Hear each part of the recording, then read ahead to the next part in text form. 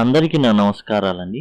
Degree second semester English expansion of ideas 4th యూనిట్లో expansion of ideas అని దీనికి సంబంధించి కొన్ని ప్రశ్నలు తరచుగా వస్తున్నాయి. ఇక ఇక్కడ మీకు కనబడుతుంది యూట్యూబ్లో ఉన్నటువంటి సెకండ్ సెమ్కి సంబంధించిన టోటల్ ప్లేలిస్ట్. ఇక్కడ ఎట్లా అయితే ఆర్డర్లో ఈ యొక్క సిలబస్ అయితే ఉందో అదే విధంగా అదే ఆర్డర్లో ఇక్కడ సిలబస్ అనేది పొందుపరచబడి ఉంది. కేవలం 2 లేదా 3 గంటల్లో మీరు టోటల్ సిలబస్ని కంప్లీట్ చేయవచ్చు.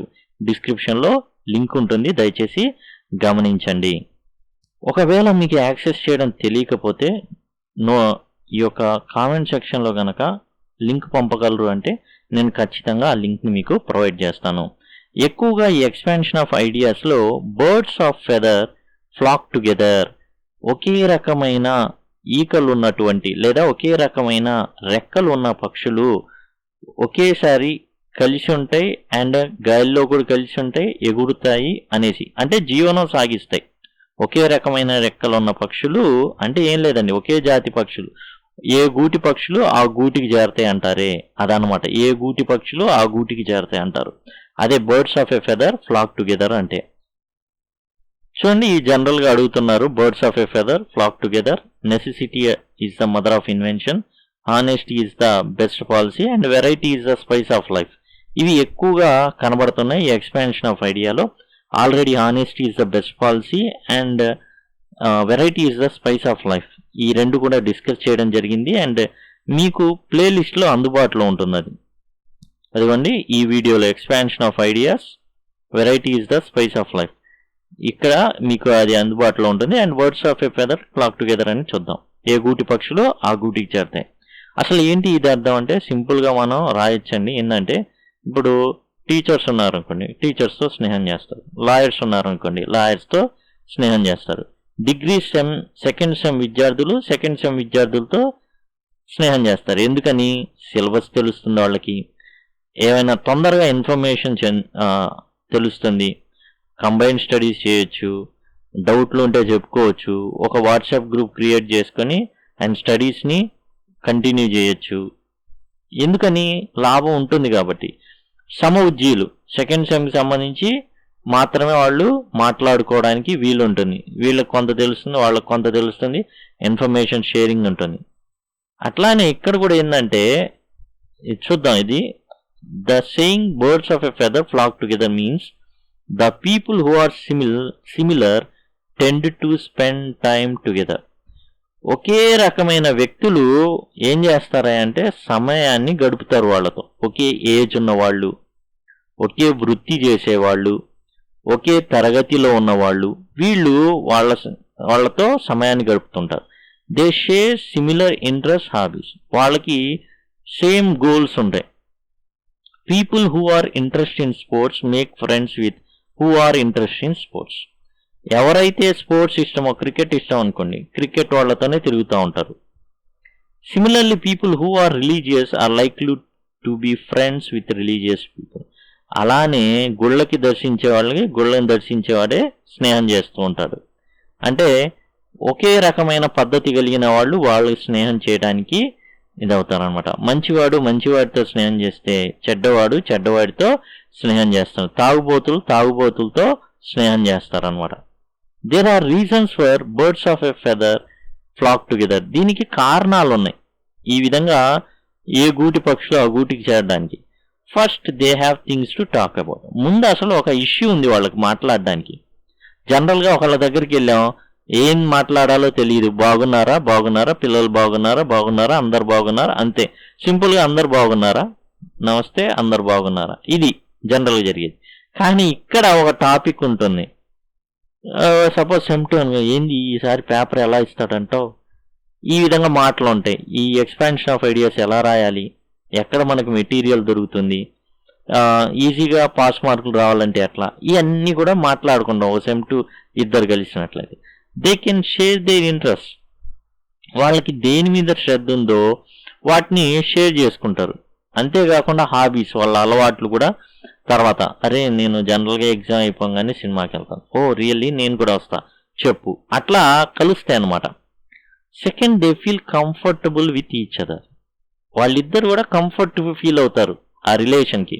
ఎందుకనంటే ఇప్పుడు వాళ్ళకి మాట్లాడుకోవడానికి ఇష్యూ ఉంది, మాట్లాడుకుంటారు, అది సాగుతుంది, ఒకళ్ళ గురించి తెలుసుకుంటారు. అదే ఏ బీటెక్ స్టూడెంటో కలిశాడు అనుకోండి, అబ్బా మా బీటెక్ అది ఇది సబ్జెక్టులు చెప్తే ఏంద్రా బాబు ఈడు ఏదో చెప్తున్నాడు అనుకుంటారు.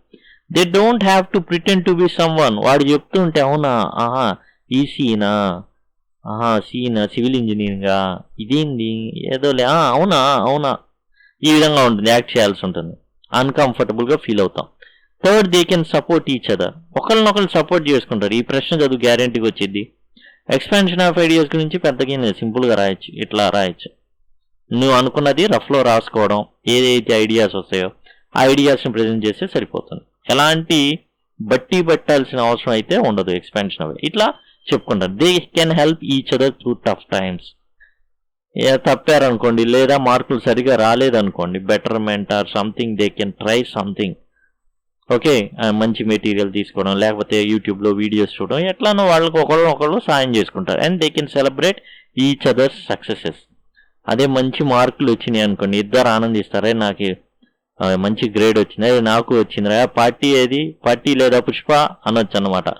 కాబట్టి ఈ విధంగా టోటల్గా birds of a feather flock together, తెలుగులో ఏ గూటి పక్షులు ఆ గూటికి చేరతాయి అనేసి, మంచికైనా చెడుకైనా, ఈ విధంగా అనమాట మనం సింపుల్గా రాయొచ్చండి. ఇప్పుడు మనకు తెలిసింది ఏ గూటి పక్షులు ఆ గూటికి చేరతాయంటే, సపోజ్ మనకి ఏదైనా ఆలోచన వచ్చింది ఏ గూటి పక్షి, జస్ట్ మనం ముందు చెప్పుకున్నట్టు టీచర్స్, లాయర్స్, ఎవరెవరితో వీళ్ళందరూ కూడా లాయర్స్, తర్వాత డాక్టర్స్, ఇట్లా ఇట్లా ఏదైతే ప్రొఫెషన్ ఉంటుందో లెక్చరర్స్, ఇట్లా మనం రాసుకోవచ్చు. అంటే మనకు ఐడియా రావాలి ఫస్ట్. దీన్నే బ్రెయిన్ స్టార్మింగ్ అంటారు. మనం ఏంటంటే ఆలోచించాలన్నమాట, అసలు ఏమి వస్తున్నాయి మనకి, రాసుకుంటే ఏ వృత్తిలో వాళ్ళు మనకి వస్తున్నారు, టెక్నీషియన్స్, ఇట్లా రాసుకుంటాం. జనరల్గా ఏంటిది అంటే అది చూడండి, వీళ్ళని మనం ఇక్కడ తీసుకుని సిట్ విత్ అంటే కూర్చుంటారు, కలిసి కూర్చుంటారు వాళ్ళని.